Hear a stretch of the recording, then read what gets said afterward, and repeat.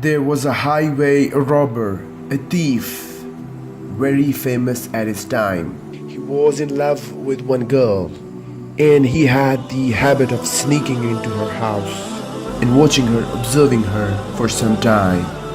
And in night, he would go and attack caravans, Hajj caravans, travelers, and he would strip them to their property and their wealth and their belongings. He was notorious to the extent that a lot of the caravans most of the time would change route to avoid that area. One night he climbs up the wall of the house of that girl that he loves, and he sneaks into the house, and as he was making his way into the house, someone was praying night prayer. Someone was standing before Allah subhanahu wa ta'ala and praying at the night alone, reciting the words of Allah subhanahu wa ta'ala, which says, "Hasn't the time come yet for the believers and their heart pay heed and feel humility to the words of Allah? Hasn't that come yet?" And the word shook him and grabbed his heart, and he was moved deep inside. It hit a chord. He started thinking about these words. He forgot the main reason why he came to this house, and the only response that was on his tongue, his spontaneous response was, "Indeed, my Lord, the time has come. Indeed, my Lord, the time has come." And that moment he changed.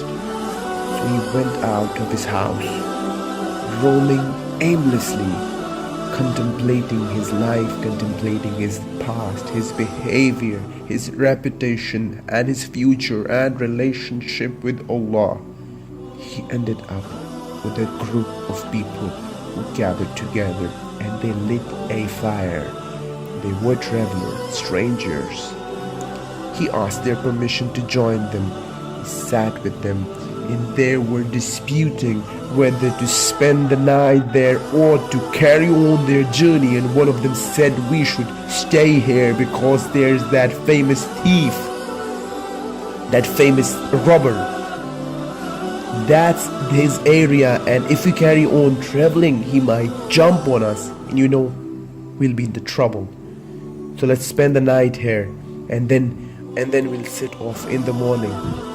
And the name they mentioned, the name of that thief, was this very person sitting with them. It made him think to himself, "What did I do that people fear me that much? What kind of curse have I become to humans, to humanity, that the people don't even feel safe about their lives and their property because of me?" All of this made him question his way of life. And then he made the decision that I will change because it's my responsibility. It's not someone else's responsibility to change me and set me on the right course. It's my own initiative, and if I don't take it, it might never happen. And I'll face the consequences on the day of judgment. And that's exactly what he did. And he became one of the famous scholars in the history of Islam. And that's the story of Imam Fudayl ibn Iyad until today. The books that talk about our relationship with Allah subhanahu wa ta'ala, how to purify yourself, how to become better Muslim, have dozens of his beautiful statements full of wisdom. Who was one day a thief, a famous one, everyone knew him. What does that tell us? Is that it's our responsibility to change? Life in general is about to change. The whole story of life is a game of change. You'll never be the same person next year. You will be different. But the question is, which direction have you taken? That's what the Imam Shafi used to say. There's no standstill in this life. You can't stay who you are. You either move forward or go moving backward. So if you are not keen about moving forward, you will find yourself going backward. Because if you don't change yourself, Shaitan is working full time to change you. Goal of his life, he indicated his whole life for you, just to destroy you, to make sure you end up in the hellfire.